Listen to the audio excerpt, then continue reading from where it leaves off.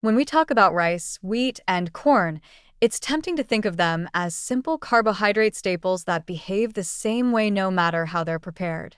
In reality, the way these grains are processed, cooked, cooled, reheated, and paired with other foods can radically change how our bodies digest them, how fast glucose enters the bloodstream, and how efficiently vitamins and minerals are absorbed. This is good news because it means home cooks have far more control over nutrition than most people realize. Cooking is not just about taste or texture, it is a powerful nutritional tool. Take rice as a starting point. When rice is boiled or steamed, heat and water cause starch granules to swell and gelatinize. This process makes the starch more digestible and energy more readily available, which is helpful for athletes, children, or anyone needing quick fuel. From a positive perspective, properly gelatinized starch improves satiety and makes rice gentler on digestion compared with undercooked grains. At the same time, boiling rice in excess water can lead to losses of water-soluble B vitamins, especially if the cooking water is discarded. Parboiling, however, changes the picture. Parboiled rice is soaked and partially cooked before milling, which pushes vitamins and minerals from the outer layers into the grain. As a result, parboiled rice often retains more B vitamins and minerals than regular white rice and produces a firmer texture with a slightly lower glycemic response.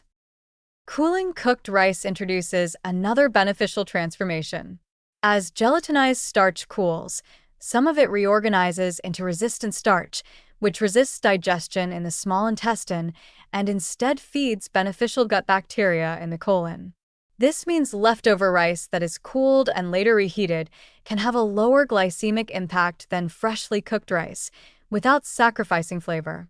Pairing this rice with fats like olive oil or protein-rich foods such as eggs, fish, or legumes further slows glucose absorption and enhances mineral uptake. Even a simple addition like vinegar or lemon juice can modestly reduce post-meal blood sugar spikes by slowing gastric emptying. Wheat behaves in similarly fascinating ways, though its structure and protein content introduce extra complexity.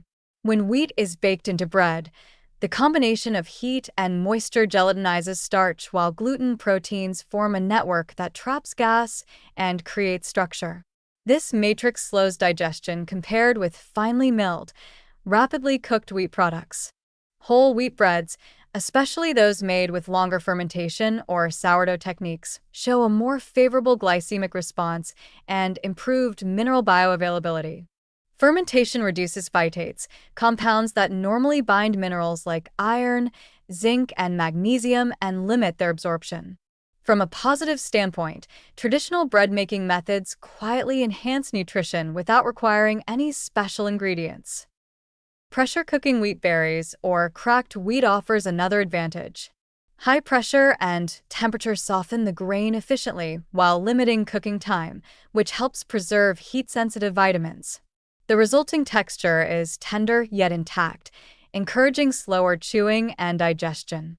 Frying wheat-based foods, on the other hand, increases energy density and can accelerate starch digestion due to high heat, but when done thoughtfully with stable oils and paired with fiber-rich vegetables, it can still fit into a balanced pattern. The key is context and combination, not demonization of any single method. Corn stands out because of nixtamalization, a traditional process developed centuries ago in Mesoamerica.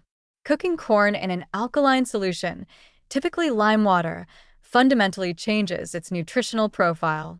Nixtamalization increases calcium content, improves protein quality, and makes niacin far more bioavailable, preventing deficiency diseases that historically appeared when corn was consumed without this process.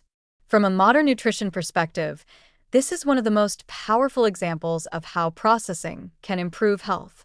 Corn that has been nixtamalized and then cooked into tortillas or masa-based foods provides steadier energy and greater mineral absorption than untreated cornmeal products. Boiling or steaming corn gelatinizes starch and enhances digestibility, while pressure cooking further softens cell walls and improves access to nutrients. Baking corn-based products tends to concentrate flavors and reduce moisture, which can raise the glycemic impact unless fiber, fat, or protein are present. Frying corn increases palatability and calorie density, but when paired with beans, avocado, or fermented vegetables, the overall metabolic response becomes far more balanced. These traditional pairings were not accidental. They reflect an intuitive understanding of nutrient synergy. Simple lab-style observations can help home cooks understand these effects without specialized equipment. For glycemic impact estimates, pay attention to how quickly hunger returns after eating different preparations. Freshly boiled white rice eaten alone often leads to quicker hunger than cooled and reheated rice eaten with vegetables and protein. Texture and mouthfeel also offer clues. Foods that are softer, stickier, and more uniform tend to digest faster than those with firmer structure and visible grain integrity. Chewing time matters too. The longer you chew, the more slowly glucose enters the bloodstream. Another practical test involves cooling and reheating. Cook a batch of rice, wheat berries, or cornmeal, refrigerate it overnight, then reheat gently. Many people notice improved satiety and less energy crash afterward. This reflects resistant starch formation and slower digestion.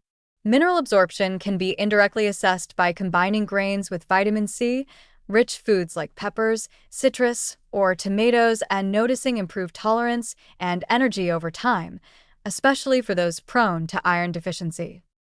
For home cooks, the practical takeaways are encouraging and empowering.